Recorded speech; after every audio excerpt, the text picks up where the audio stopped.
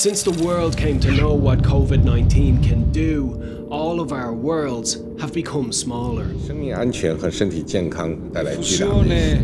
dell'epidemia da coronavirus ha innescato in Italia e Una in pandemia Europa desconocida que se ha propagado con insólita rapidez por todo el planeta. Every day we're learning more about the disease, but if there's one thing we know, it's that we still don't know enough. The whole world is suffering during this pandemic, and Ireland is no different.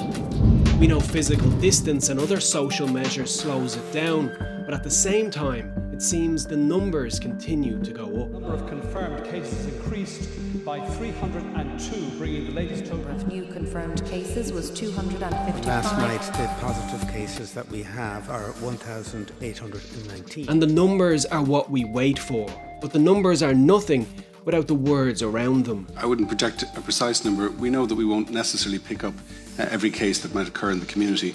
So when we hear the numbers, what should we be listening out for to understand them?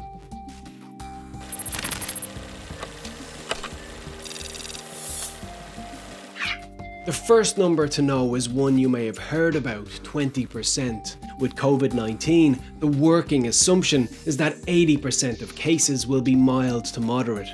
So everything is about protecting the other 20%. The flattening out of the curve is not that we will not see that 20%, but that 20% will come into the hospital slower. So the ICU patients that have to go into the ICU will be more likely to come out of the ICU because they actually did get the care that they needed, because it's available. But the problem is we don't know exactly what the 20% will be 20% of. That's down to what we know and don't know about the disease in the population. Within your general population, you have a part of that will be positive. And only a group of them, which is a smaller group again, will be confirmed positive. And of that group that is confirmed positive, a smaller group again will need hospital care. And again, a smaller group of that will need ICU care. For COVID-19, we don't know much about this number.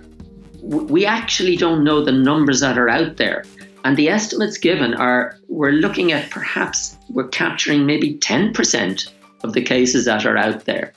But we do know this number. It's a key part of the headlines most nights.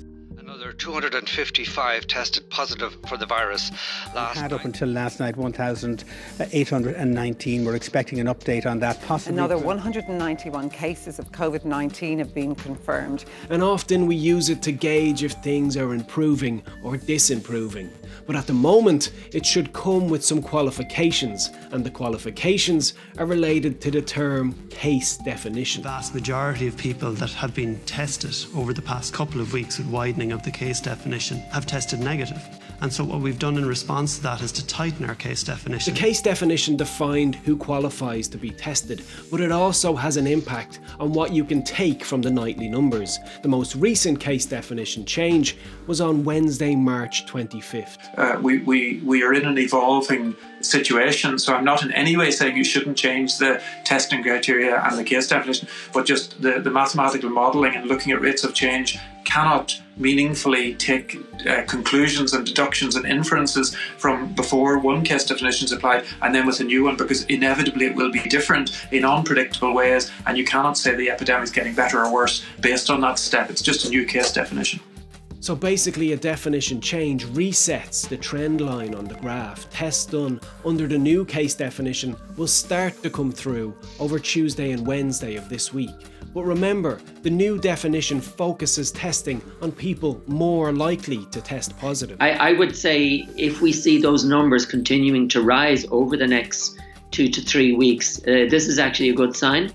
It shows that we're actually beginning to get a handle on the epidemic. As those tests start to process through the system, a new trend line will develop. That takes a bit of time, but it's only one of several time lags and delays worth keeping in mind related to the numbers and to the disease itself.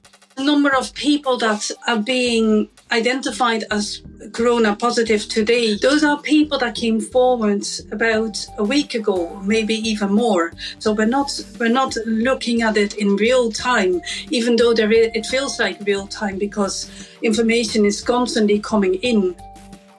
Due to what's known about how the disease develops, you can estimate that a new infection will take somewhere between 10 days and 3 weeks to appear in the confirmed positive nightly numbers. In that sense, no matter how consistent the testing criteria or efficient the testing process, the daily numbers will remain more of an exam result for a test done in the recent past than a speedometer for a car we're driving right now. In real time, it's going to be very difficult to get a good sense of the numbers. And that brings us back to the number in the 20%, because no matter the rate of infection, the hospitals are dealing with people in real time.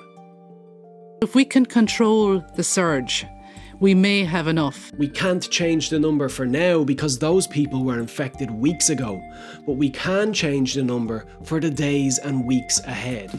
If we have a wave, I think we will be able to rise to meet that.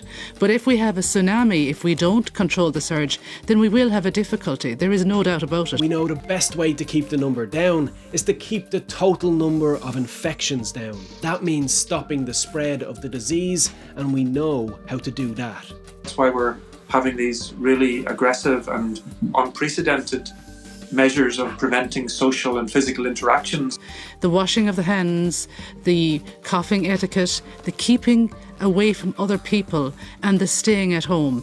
We know people who are infected today will be in that 20% in the near future.